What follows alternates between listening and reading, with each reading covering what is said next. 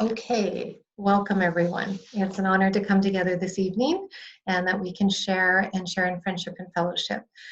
So again, if you could please use the mute button, and then also if any comments or questions, please use the chat box as we move into our evening. So first, I would love to turn our program over to Jan Fox. Now, Jan is a member of the Rotary Club of Edmonton and chair of our Rotary Indigenous Committee, part of our district. And Jan is going to welcome Karen tonight for us, and also Karen will lead us in a land acknowledgement. So Karen, thank you for joining us, but first, Jan, to you. Thank you very much, Governor Tracey. It's so nice to see everybody. I see so many familiar faces. It's great. So thank you for inviting me, and I have the absolute honor of introducing my friend Karen MacKenzie. I'm going to refer to my notes a little bit, and I'm going to tell you a little bit of a disclaimer. She has done so many things and is such an incredibly accomplished woman. I am not going to get to all of them today. And I told her that I wasn't going to spend as much time as I should because I really wanted to leave lots of time for her to share her wisdom with you. But first and foremost, Karen is a proud Cree Métis woman. She is a very, very successful businesswoman, and she's co-founder and president of a company called Macintosh Canada, which is an Indigenous-owned international consulting company. I won't get into too much detail about it, but I can tell you that I personally have worked with this company as she led my leadership team to bring traditional knowledge to our workplace, and teachings using the medicine wheel are just incredibly powerful. It's a powerful way to make success happen. Karen doesn't stop with just being a business person. She's got a lot of academic and senior management experience. She holds an MBA. And she's a strong proponent of co-creation. And I think that's what's really going to be important in what we're thinking through tonight, because you know what, there's a super good opportunity to co-create something wonderful in our district. And I think the pandemic, as we've alluded to, has opened up the doors for us to be able to do some really amazing things. And over this, Karen and I talk probably once a week, and we think a lot about that co-creation piece. So I'm hoping that you'll think about that as well when you listen to Karen. She is very committed to the calls for action through the Truth and Reconciliation Commission, and she's helped other organizations work through that, so that's really, really important. She also sits as a member of the Edmonton Police Commission, and she is on the Circle of Elders for the Edmonton Catholic School Board. She doesn't stop there. She does some international work as an advocate for the UN Declaration on the Rights of Indigenous People. And one of the things I think she's particularly proud of and that we talk about is that she's very involved in mentoring Indigenous women leaders in a variety of functions and all across the country. She joins me as my partner in crime for the Honoring Indigenous program, the national group, and I'm going to talk about that in another minute. She is very involved in AWE, the Alberta Women Entrepreneurs Group. She's was honored to be on the Premier's Advisory Council for Aboriginal Women's Economic sorry, I got my words, society, right. So she's, as you can see, just an incredibly accomplished woman, a former Rotarian. I don't think she minds telling me that. She was in our club, but before that she was in the Glenora Club, but her world just kept her so busy that she wasn't able to keep up with her commitment. But as you know, you've heard her say, Tracey and Alexis, she still wants to contribute to Rotary. She believes strongly in Rotary, and so she does it through these ways. And just before I offer a gift to Karen, I just wanted to say too that after this, I hope that we'll have a little bit of a minute to just talk about the importance of our district Aboriginal partnership, Indigenous partnership, and encouraging those of you on the call to think about becoming a part of that. So it is my absolute honor. I'm not sure if you can see this. I hope you can by the camera. I'm not good at this. I have a pouch of tobacco that I'm absolutely honored to present virtually to my good friend Karen MacKenzie. And I'm doing this because I'm going to ask her to do a land acknowledgement and a prayer.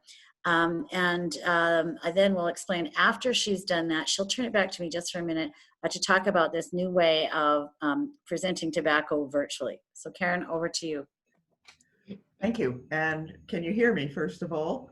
Okay, thank you. Thank you, Jan, for that kind introduction, and thank you for offering tobacco. and it's one of our teachings that I may get into a little bit later, but it's that spirit of reciprocity. When you ask for something, you always give something in return. And in our culture, it is tobacco, which is a sacred medicine.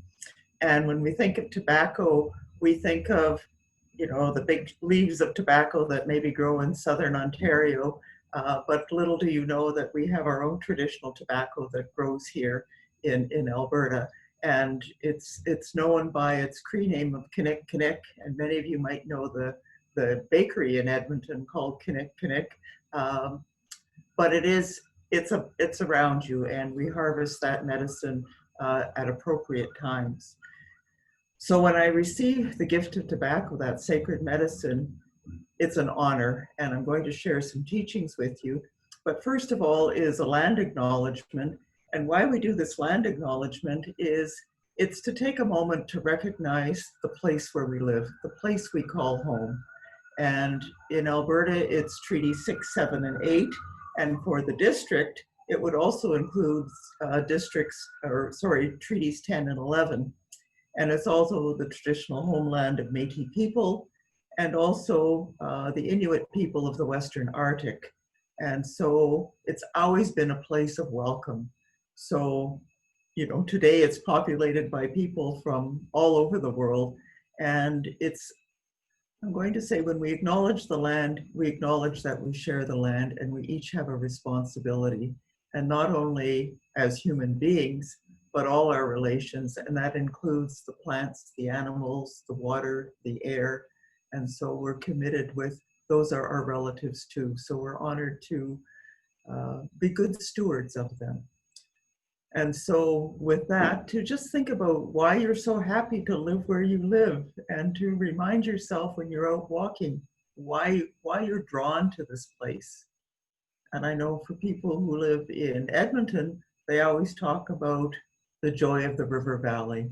And so that's just one of those things that connects us. And if you live in the mountains or up by the mighty Peace River and so on, the tundra, it calls to us. And so with that, it centers us to where we are. It centers us to where we're all seated and joined by this new technology, Zoom. And it also centers us and asks us to say a blessing together, that we come together in a good way to sit and listen and learn and ask questions. And when we leave here today, to be inspired as Rotarians, as human beings, as community members, because we want to walk together in a good way to make this world a better place. And that's a commitment that Rotary makes. It's one of the 4 pillars. I might have said it in different ways, but to be good partners with our neighbors. And you know, I'm thoughtful of the event that happened in Minneapolis 2 nights ago, and the challenges that are there. And one of the African-American bystanders who unfortunately watched the whole event, you know, he said, how many people have friends or neighbors from the African-American community? How many of you would invite people from the African-American community into your homes or have coffee? And the same for us here is, how many Indigenous people do you know? And how many do you sit and have meals with or coffee with in just a regular way of having friendship? And it's to not see people who are unlike us as others. And so again, Rotary is a huge catalyst for leading that change. And so that blessing is for you, and for you as Rotarians, and for you, Governor Tracey, in leading this initiative to bring more people together over coffee. So with that, I'll turn it back to you, and I hope we'll have lots of questions as we start this journey together, because the longest journey anyone can make is from here to here.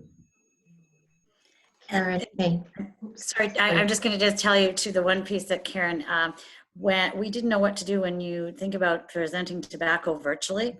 Normally you would give this to the elder, and the elder then would take it and offer the prayer in a sacred place. And so what Karen has taught me is that I can take this now, since I can't physically give it to her, and I will take it to a place that's important to me. And I'm going to take it down by the Sturgeon River. I live in St. Albert, and it's right beside where they have a beautiful memorial to the Indigenous people who came to St. Albert ahead of us all. And also there are some really amazing teachings about the impacts of residential schools. There's a sign there that explains a lot about that. So Karen, I will take the prayer that you gave and I will offer it through that. Wonderful. Thank you so much, Jan. And Karen, thank you. Karen, it is a privilege to have you join us this evening. My heart is humbled and I am grateful. I enjoyed the time we spent prior to this call, and I'm very honored that we can share this evening. And virtually, I do the same. So I'm hoping you can see that I as well I am offering you this tobacco in my care and appreciation for you, and for you accepting the invitation to share your thoughts and your wisdom with our beautiful people that we have with us today. I'll also acknowledge that we are recording this session, and others will be listening to this session at a later time. And we know that those as well will be honored by you sharing, even though they're not with us today, but in the future. So Karen, I'd like to get started. Are you ready? I am ready. Wonderful, thank you. So some of our visitors here today have not met you prior. I see from the chat, many have, but some have not. Can you please share with us a little bit about your family and how are they doing today? And how are you doing today? We're doing very well. For me, I said I wanted to take some time in my own busy life, and this is, I'll say, the week of March 2nd or 12th. Sorry, I was having lunch and saying, you know what, I need to take some time for reflection and recharge my batteries and energize myself. And little did I know the following week I would have more than enough time to do that. So from that perspective, it's been very good to take that time to say, we're not going back to, people saying we want to go back to normal, but I think this is an opportunity to co-create, as Jan mentioned, something that's better and more inclusive and recognizes, I think, better the communities that we live in. So I think that's a positive. I have 6 children. 4 of them live in the Edmonton area, and one is the news director for Global, so his is an essential service. One is an urban prairie gardener, and so she's making flower deliveries and so on to keep people connected with nature and beauty. I have a son who's a winemaker in Australia, and they're dealing with the pandemic in a different way, and a daughter in Doha, Qatar. And interestingly enough, they went into a lockdown before we did. They went in right at the beginning of March, and so they closed all the hotels and so on. So people are very conscious of their own personal role in what this is all about. I also, my late mother passed away 3 years ago, but lived in I'll say a good care home. But again, I'm grateful that I don't have to worry about her particular emotional needs, as well as my own in that caregiving role. And from, the perspective of Indigenous peoples, this is something that we've always anticipated. These pandemics happen time and time again over the centuries, and we responded by self-isolation until we healed. And if people came down with illness, they were asked to self-isolate within communities. So we knew there would be something coming. And so in some ways, we also see this as an opening for what comes next as a way that we can do this together. Karen, I value so much of your perspective on the togetherness And I was doing a bit of research on your company, and your company is Macintosh Canada. And for those that aren't familiar online, but I saw some interesting wisdom on your material and your website. And you talk a lot about dreams. You talk about helping people meet their dreams. Can you share with us the importance of your company and the importance of your mission and your vision and what you were able to do to help others? Yes, well, thank you. And thank you for saying that, because people sometimes have forgotten how to dream. Um, I was looking at LinkedIn and someone posted their professional coach, and they said, you know, I've gathered the advice of millionaires and billionaires and Fortune 500 CEOs and, you know, successful athletes and so on, and and I've put them together to tell you how to achieve success in your life. And I thought, why would I want to listen to them? Because they're part of how we ended up here today.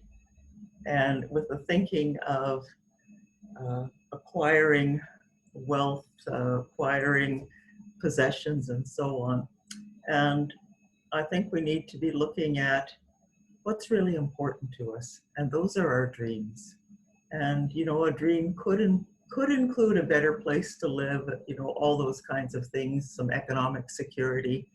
But you start to say, what really matters? And it could be things like, I was wanting to talk to Jan the other night, and she said, sorry, we have a socially distant birthday party for her grandson. And I thought, and that's what's important. That's what we need to take time to do. And so the importance of dreams. And I'll say it from the Indigenous perspective, and a lot of the work that I do with our young women is to start dreaming bigger. Because for most of us, you know, as a product of that intergenerational trauma, residential schools and so on, the most I can dream about is that tomorrow looks like today, and today isn't so great. So how to just expand those horizons.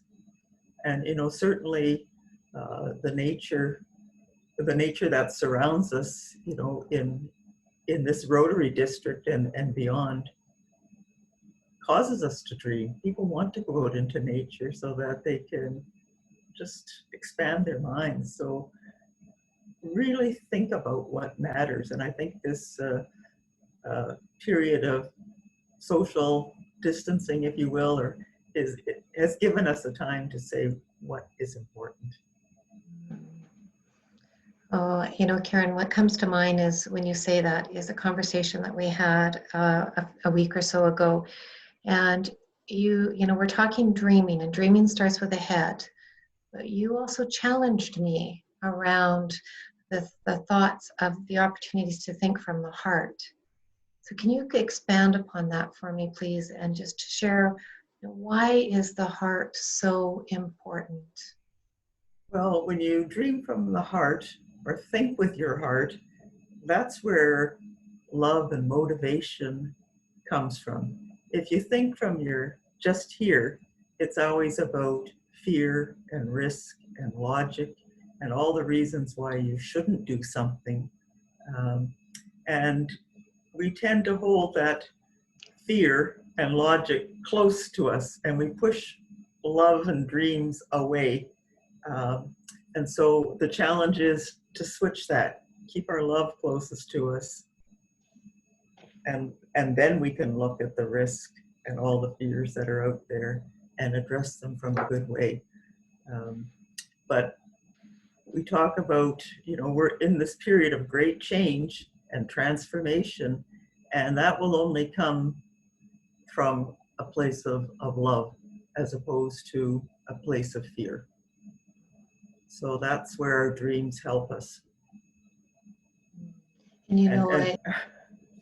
I was just going to say, so when teachers tell you to stop daydreaming, you can say, no, I'm working hard. This is this is my homework. Well, and I think you know, the homework is so true, because I know even myself, sometimes fear will take over, and fear, I'll be running, you know, thinking really hard, you know, really hard from the head, and fear does take over at times. And I can only imagine the fear that some are feeling right now. You know, we're maneuvering through some change, and we're maneuvering through this pandemic. So I ask you, you've mentioned already that our Indigenous community and peoples were prepared for this. How is COVID affecting our Indigenous peoples right now? Well, I think you're going to see some of it in the news where they want to keep people out of their communities. Um, and I mean, there's a wonderful dystopian novel by an Indigenous writer called The Moon of the Crusted Snow. And it came out about 3 years ago. And it actually is the story of what's happening now. About a community that something has happened up in Northern Ontario, and how they prepare and what happens when people are trying to come in. And so it's really about preparing for the future. So before, the Indian Act, before reserves were set up that kept people restricted to a place, when something happened, people moved. So if there was no food available, the animals, there had been something happened in the natural world and the animal food source was not there, people moved to where it was. And so, with the Indian Act and so on, that restricted people's movement and location to a reserve, that option was never there. And so there was lots of food insecurity, health issues, all kinds of things, housing, because it was a false set of circumstances that was imposed and it wasn't natural. And so we look at what even our youth, and I'm not talking about just our Indigenous youth, but youth in our communities are looking for a way that, I'll say, speaks to them and makes them feel engaged with the future, that they don't have to wait for others. I mean, I look at all our youth who are graduating from high schools and universities and colleges where they're not having their graduation ceremonies. They're not walking into a job right now. And so they are challenged in a way that, we were never challenged. We had other challenges, but not that way. And I was reading about some of the big law firms that are saying they're not stopping. They're still hiring their articling students, and because they know they're going to be doing research from home. And we also know how many Zoom meetings we've attended. And you think, so why did I waste hours and hours traveling to go to a meeting when it actually only took 2 hours on Zoom? And so again, we just start rethinking ways that we're going to be working. So there are no answers, but we're looking for ways to, I'll say, step forward and seek some answers together. Stepping forward, as I think of stepping forward, I believe it's always better to be together. We are so much stronger and we're so much better when we're together. And as we continue to step forward, when we step forward with our friends, with our fellow Rotarians, with our communities, all aspects, our communities are stronger and we are stronger as individuals. I know myself, with having the blessings of so many people that have stepped forward with me, and we've taken steps together, that we've learned together, we've grown together, we've had some bumps together. Yeah. Now, I really value our Rotarians, and as Jan mentioned prior, we've got an amazing committee in our district, our Indigenous community committees, and I so value what it represents. And we also have questions from our district around how can we as Rotarians, we desire to serve and support our communities, how can we offer our footsteps to walk side by side with our Indigenous peoples? How can we come to the level of understanding together and walk together? Well, I think it's all about relationships. It's developing those relationships where you see the gifts that other people have. Um, I look at how many Indigenous Rotarians there are, and there are some. Um, and how do you invite people to join Rotary? Well, you need to know someone who's Indigenous, and you need to invite them. Um, and it would be like putting something online and inviting people to apply. Well, that's not the way that the Indigenous community works, nor is it the way that many of our newcomers work from other cultures and other languages. It's much easier and efficacious to invite someone for coffee, and when they get to know you, invite them to attend a Rotary meeting. And they start to see, because there's probably a lot of fear that says, ooh, I could never be in a room with those kind of people. And really, it's also on the other side, oh, what if an Indigenous person comes and embarrasses me because of whatever? So again, it's just, we're all human beings, and we just love a good meal, and we like to laugh together and learn together. So it's that ability to just build relationships in a very natural way. And if you don't know anyone, I'm happy to introduce you to people, but I'm sure you all know people in your circles.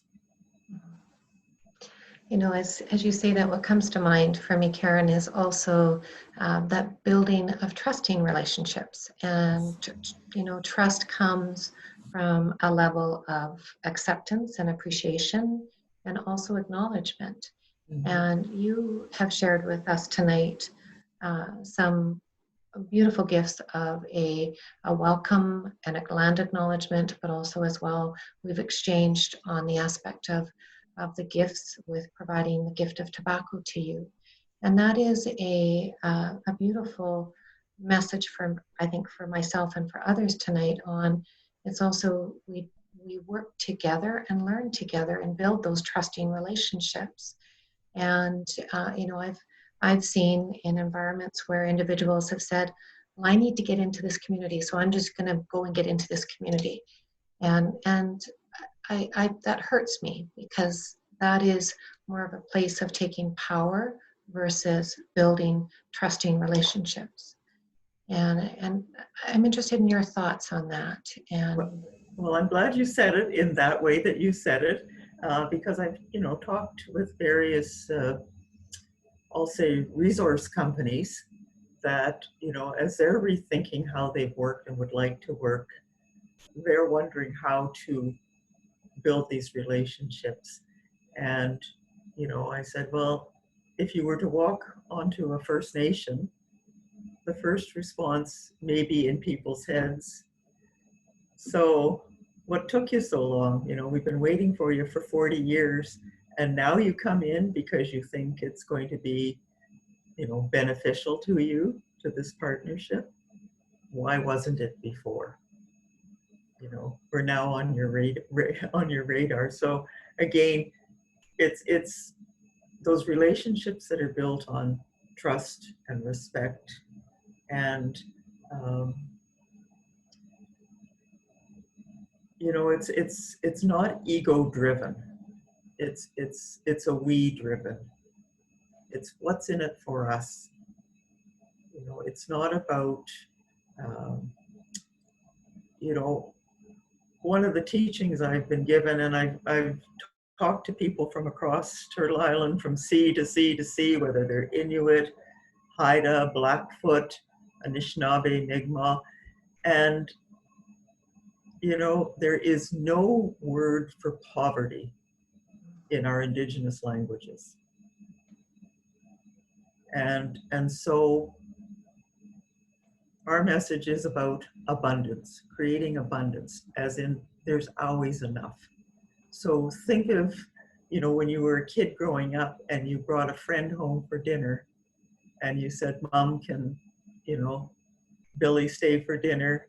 And your mother would say, set another place. That's the spirit of abundance, that there is place at the table for everyone, and that, you know, people will share equally. And so that model of, you know, I'll say the Western European model of, you know, the economic development, the acquisition, you know, concepts of labor and growth and so on are very different. So it's an opportunity to think a little bit different in terms of how do we create abundance for everyone so that everyone sits at the table. So sitting together at the table, we're walking side by side and truly being a place of acceptance and togetherness. Yeah, I mean, I look at, you know, I'm going to ask for a show of hands, even though some of you are, you know, on the phone, but how many of you have heard of Maslow's hierarchy of needs? Mm-hmm. And, you know, Herr Dr. Professor Maslow learned about them at Siksika First Nation from the Blackfoot people, so just east of Calgary. And when he went home to Germany to publish his results, and he was given the gift of this knowledge to share. He was not allowed to share it in the way that he was given it because in their perspective, there was no authentic or realistic evidence behind this. So it hasn't been published somewhere. So he was told he could publish it, but it would have to look differently. So the Maslow hierarchy is like this. And if you remember your teaching, self-actualization is the little tippy top. If you were good enough, you would eventually get there. Where, you know, I'm wearing our medicine wheel, which is the original Maslow teaching that says they're all equal. So the spiritual aspect, which is your spirit or your self-actualization, is equal and as important. And, you know, so we move from this model to this model where we sit together. And if you actually talk to, you know, knowledge keepers in the Blackfoot culture, Maslow was sort of right with this, but it actually would be like this because your spirit is where it begins. Mm. So again, you know, and I'll be doing this in a corporate setting, and there might be one or two Indigenous staff members, and they'll be going, "See, I told you this," which helps people, you know, validate where they come from, that it is good knowledge. So. You know, and as you provide that history to us, it brings to mind a colleague of mine from Community Foundations of Canada, Tim Fox. And Yes. yes, and I know you're familiar with Tim as well. And Tim was the very first to actually share that with me. And he's from the Black Blood Reserve, and he's very humbled with the knowledge that his people in his land have been able to share and to share with Maslow. So it's you know, as you bring that forward today, it brings me back to some of Tim's comments to me has been, Tracey, let's come to a place of understanding together. And that's been a really valuable piece for myself. And it's reflected in your words. You have a very gentle way of speaking, Tracey. So, you know, it's very respectful. So appreciate that, and you should know that. Thank you so much, Karen. That means a lot. You know, you're involved with HIP, and HIP we hear about from a variety of means through the Rotary family. I would love for you to share about HIP and your involvement with HIP and how that HIP aligns with us in our district too as well. Well, it aligns because Jan the Powerful twisted my arm. And, and, you know, if Jan suggests something, I take it under serious advisement. And, you know, having been a Rotarian, you know, I know the wonderful people that are there, and that Rotarians have the ability to, I'll say, gather around an idea or a project and make things happen.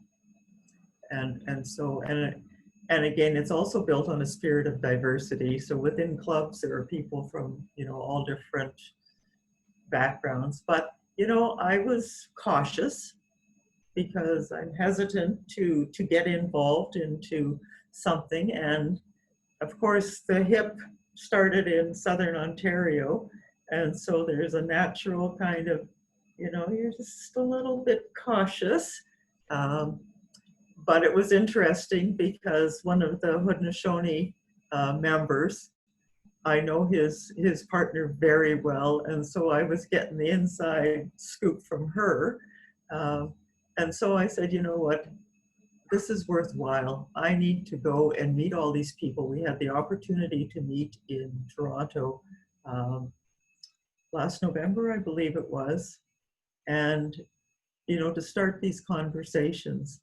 And it was interesting because because it's 50% Indigenous, 50% non, and so on, 50% Rotarian, and so on, and male, female. And we had an opportunity for the Indigenous members to sit in a circle and chat. And it was very powerful, and, you know, we learned a lot, and we agreed very easily on some of the things. And, you know, I laughed because Jan said, once you guys left, we slipped back into our old ways. But, you know, that's part of the learning. You don't just, and I think that commitment HIP has made to learn, and learn in a good way, has really, I guess, has made me committed to it, and to recognize that there will be blips along the way and so forth. So I don't know if that answers your question. I mean, they certainly realize that the strength of Rotary is the local clubs, you know, that the autonomy of local clubs and the districts and the projects, so that they're not about to take ownership of everything Indigenous, but to be of a support, I'll say, in terms of maybe framing it and using the right language. So I don't know if that answers your question. It does. It does. And certainly, you know, good resources, but also just to see to connect with Rotarians, you know, whether you go to Rotary, the big international, or the district conferences, when you start to see and hear stories of what other clubs are doing, you can get inspired. You know, and I, as someone that's traveled and had that opportunity to enjoy many district events, and I echo those words. And that's one of the things that's beautiful about Rotary. I think we feed off each other in that capacity. Our energy grows, and our capacities just blossom as a result. Mm-hmm. Karen, before we turn over to questions, and then also to Jan to share with us around our district, our direction, do you have any other thoughts you'd like to offer to all of us that are with you this evening? Well, I'm just delighted to see so many faces around and so many names, and to know that people are interested, curious, they're already involved in some way, and, you know, happy to take conversations offline as to how to, you know, meet someone from maybe a community or within the city or an organization. I mean, I do some work with iHuman, which is an arts-based organization in the inner city Edmonton, and it's not an Indigenous organization, but I'll say 90% of its clients are Indigenous youth between 12 and 25. Well, there was a flood, and they needed $50,000 to do repairs, And the Edmonton Downtown Rotary Club did it like that. And Ah. so again, those are some of the, I'll say, wonderful stories that have happened. You know, the Rotaract clubs, you know, those kinds of things are also happening. So our youth are just hungry to get involved in new ways and different ways, but also to contribute and bring their culture and learning as well. My dog ran into the room. I love it. That's one of the gifts of our Zoom meetings. We can connect with everyone and every person that's in, and beautiful pets that are in families' homes.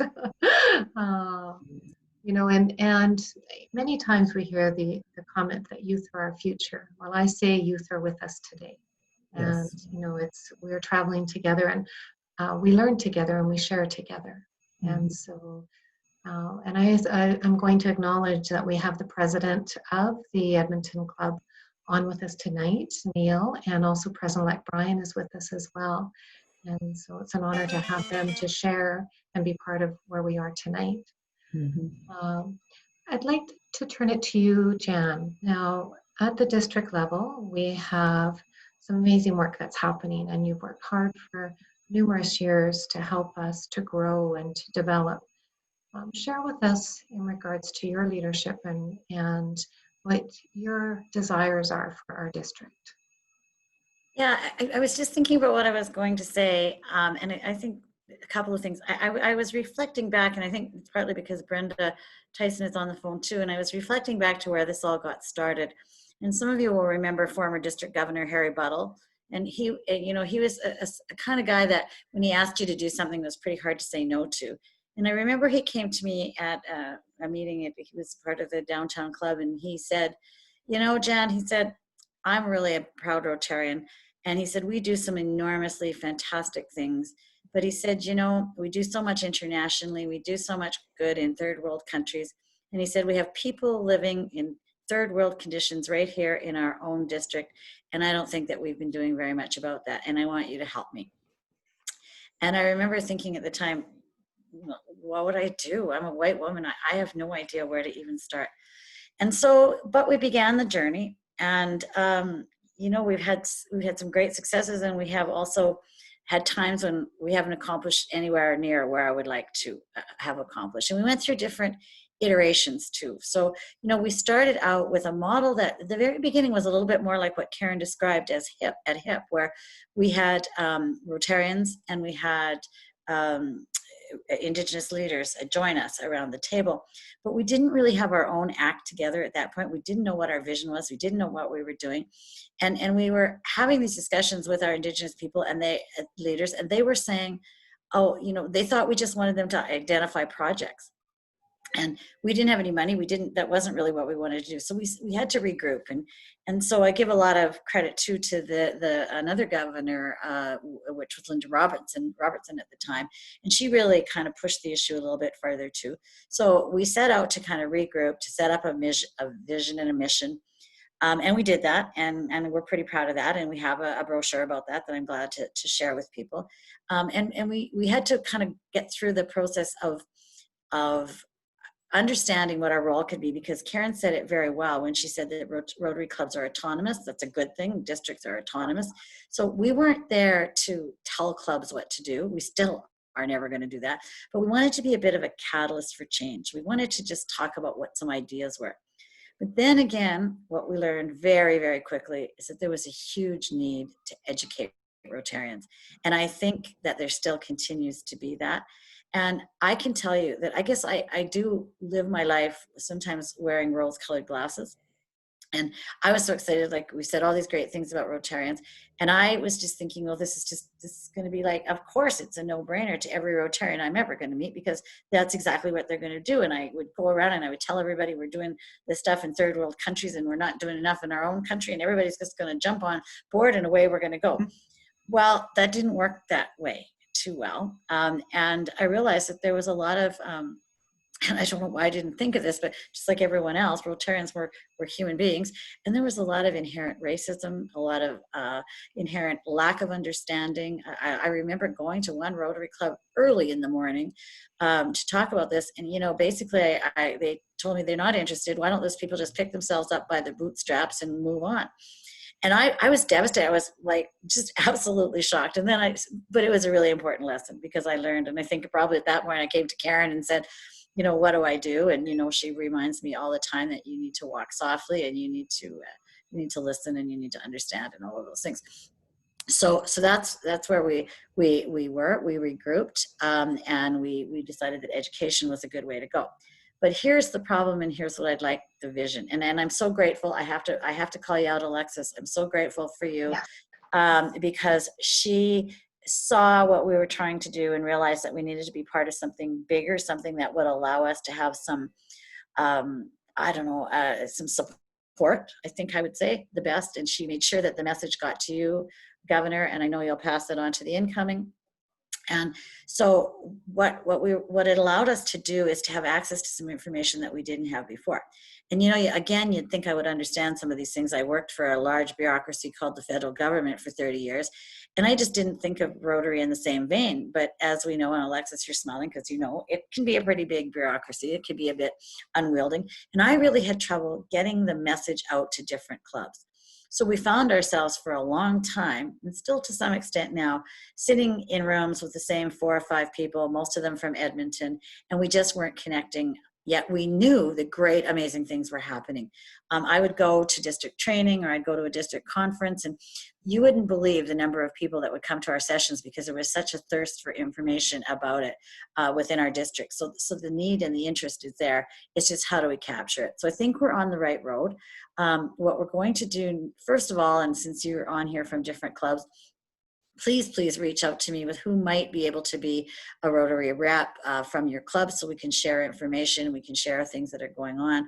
Mostly the education is really important because we just don't want this to turn into, the charity. I think Karen referred to it as the charity model. We need to co-create something different. And I really think COVID is giving us this opportunity because suddenly we can all feel comfortable connecting through the technology. And, you know, I think that was part of the problem. It was very Edmonton based and people didn't know how to, and you'd go to the district office and the Zoom calls wouldn't work very well. And I think we're beyond that. But Karen and I both have a vision that we would love very much to recreate HIP in District 5370 style, so that it would be, you know, an equal number of Rotarians and Indigenous leaders, men and women. It works extraordinarily well. And I know, Tracey, you've also reached out to the district governor for 5360, and she's excited about being part of it. So I guess I'm just saying, will you join me as we regroup and rethink this? And one of the things I think we would like to start by doing is having a gathering of elders and Karen to help us to sort of vision for the future. Because I think one of the things that was really positive, and I think Brian, you would agree, and Neil, when Karen came and we had a session, just us with the downtown, with the Edmonton Club, the Rotary Club of Edmonton, and just started thinking about what we could do and just go about it slowly. So I'll leave it at that. I hope that gives you a bit of an overview. And there's some things on the chat I'll pay attention to here too. Oh, wonderful. And Jan, thank you for that. And I will encourage you and Alexis to also post the information in our social media platforms of our Facebook group, etc., because it's one of the best resources to connect with all of our clubs. And I did get, Daryl, I got a note from you, and I have no idea why you're not on my list. I don't know how that didn't get communicated to me, but if you could send me an email, you'll be on it with record speed, and you'll be sorry you asked because you're going to get a lot of information coming your way. And so we haven't scheduled another meeting yet because we're sort of working with Alexis and trying to figure out how we might be able to have a session that would involve teachings at an elder. And we're going to, money is not an obstacle, but we're going to have to work through that one a little bit. And through my work at Reach, I think we might be able to do some partnership on that too. So just love this, just see the energies already coming together and the connections. And so I'm very conscientious of our time, but I'd love to see if there's Any other questions from anyone that you would like to? I'm just looking in the chat box here. I see many of acknowledgements, Karen, for the relationship you have with individuals here. Neil as well, sending these, takes time to deal with our intergenerational problems and be patient, he is saying. Jan, your email's just going into as well. So this is an important step tonight. Very important step. It's an important step for all of us to come to a place of caring, of understanding together. And this is just one step. We have many steps that we're going to travel further together. And Karen, I thank you. I thank you for your gift of sharing with us and for walking with us and for helping me to listen and to understand. And so I am going to, now I'd like to take and offer my tobacco to the creek. It's Bear Creek, which is behind my home. And it's Bear Creek. It connects my home with my family's home. The creek starts at our family's home, and it's through the farming communities, and then it moves off into and connects with the Wapiti River. And as we know, the Wapiti River connects all of us. And so I will offer this tobacco in appreciation for you and for your time of sharing tonight. I am so grateful as well. Thank you. And I say thank you to everyone else too as well. You know, Karen, do you have any last words before we close off tonight and I announce our next session? I have been honored to be part of this conversation, and thank you to Rotary, and thank you to Alexis and Governor Tracey and Jan for organizing this session and inviting me and looking at ways to do virtual protocol, and because that's always part of our teachings. But there are lots of stories and lots of learning, and I look forward to supporting the district in any way that I can, in the way that I support the national HIP. And that's We're an going to hold honor. you to that, Karen. Yes. Yes, we've got you, Karen. Love it. So, Karen, I'm also really pleased to share our next Coffee with the Governor is going to be on next Wednesday, so June the 3rd. And what I'm honored to share with you is that we are going to be chartering the Rotary Club of Peace River. And as you know, Northern community, remote, beautiful peoples coming together. And this actually started going back to our young leaders. This Rotaract Club started as a result of caring young leaders going through COVID and said, how do we come together and do more for our community? And Rotaract was stemmed as a result. So it's an honor we're able to charter the Rotaract Club of Peace River next Wednesday night. And so I invite each of you to come and join us next Wednesday. We'll be signing on at 6 p.m. And I am also honored to share that Rotary International Director Jeffrey Ketterack is going to be joining us and will be leading in the chartering of the club. And I'll be inducting 17 new Rotaractors. So very exciting night for next week. Yes, yes. I call that raise the roof. Let's raise the roof for our young leaders. Yes. So as we close tonight, I say to each of you, thank you. Thank you for your sharing. Thank you for your guidance.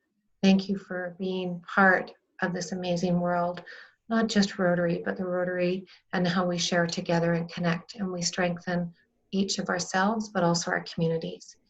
And I say to you, continue to do what you're doing. We need you. Our world needs us, and we need each other. And we're walking step by step together. And please take care of you, self-care filled with kindness, and please stay healthy as we venture through this journey of COVID and moving into our new reshaping of what life will be. So thank you, everyone. Okay. Aye,